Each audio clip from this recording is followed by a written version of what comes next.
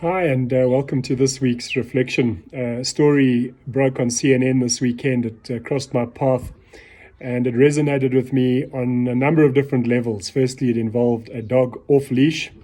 Secondly, it involved some bird watching, of which I'm very passionate about. And thirdly, it touched a nerve around a topic that is deeply, deeply relevant at this time. So let me tell you the story about Christian and Amy Cooper.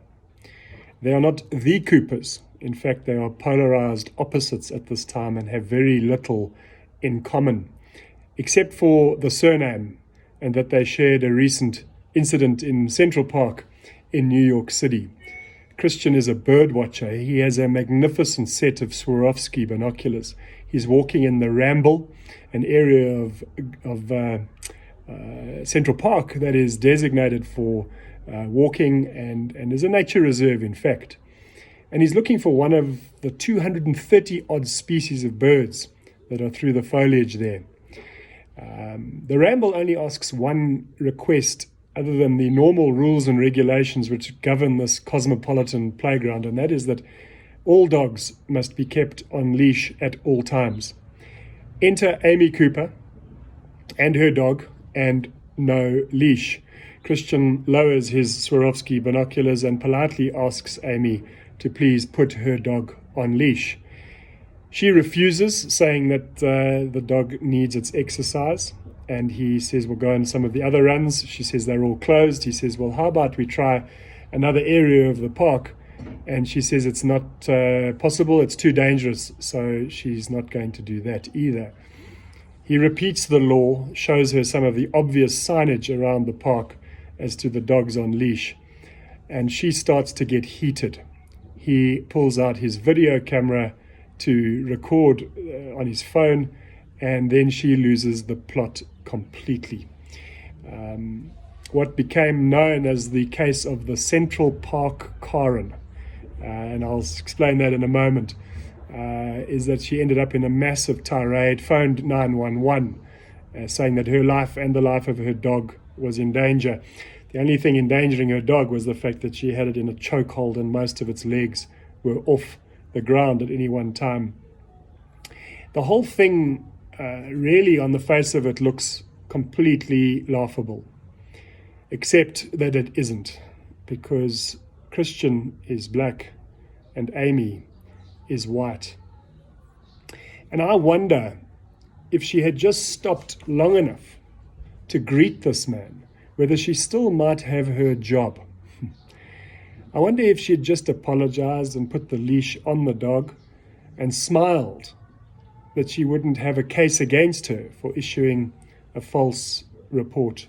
And I wonder if she had just noticed for a second his magnificent set of Swarovski binoculars, whether she might have taken a look through a truly superior set of lenses. But maybe that is a step too far for a non-birder. I guess if I'm to change my behavior, I have to look through different lenses. I need to see that the world is not always unfriendly when someone of color approaches me for anything, let alone to obey the law. I need to see that there is more than one way of seeing, and that there is no way to solve the polarity between equality and superiority other than by embracing the higher order of uniqueness. I need to know that we are infinitely connected, and that defaulting to calling the police or just writing more policy will only keep us more separate and disconnected. I guess change needs new pictures. If I only see one road, I only have one destination, and with only one map, I'm robbed of the very thing which makes me human, and that is choice. How do I choose a different response if I consult only a single script?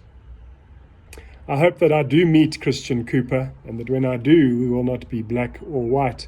We will simply be bird watchers with lots to learn and lots to share. And isn't that the exciting thing? That if I'm teaching, I already know that stuff. If I'm learning, it is things that have yet to be discovered. This Karen acronym has been fascinating, and it's know your rights, accuse everybody, request a manager, escalate to authority, and neglect reason.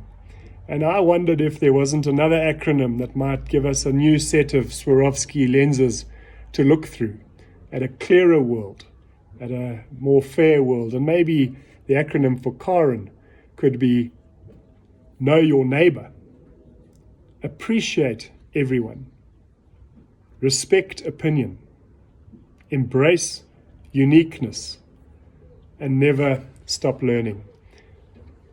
Perhaps that would lead us to a very different world. And so have a fabulous week ahead, and we'll see you next time.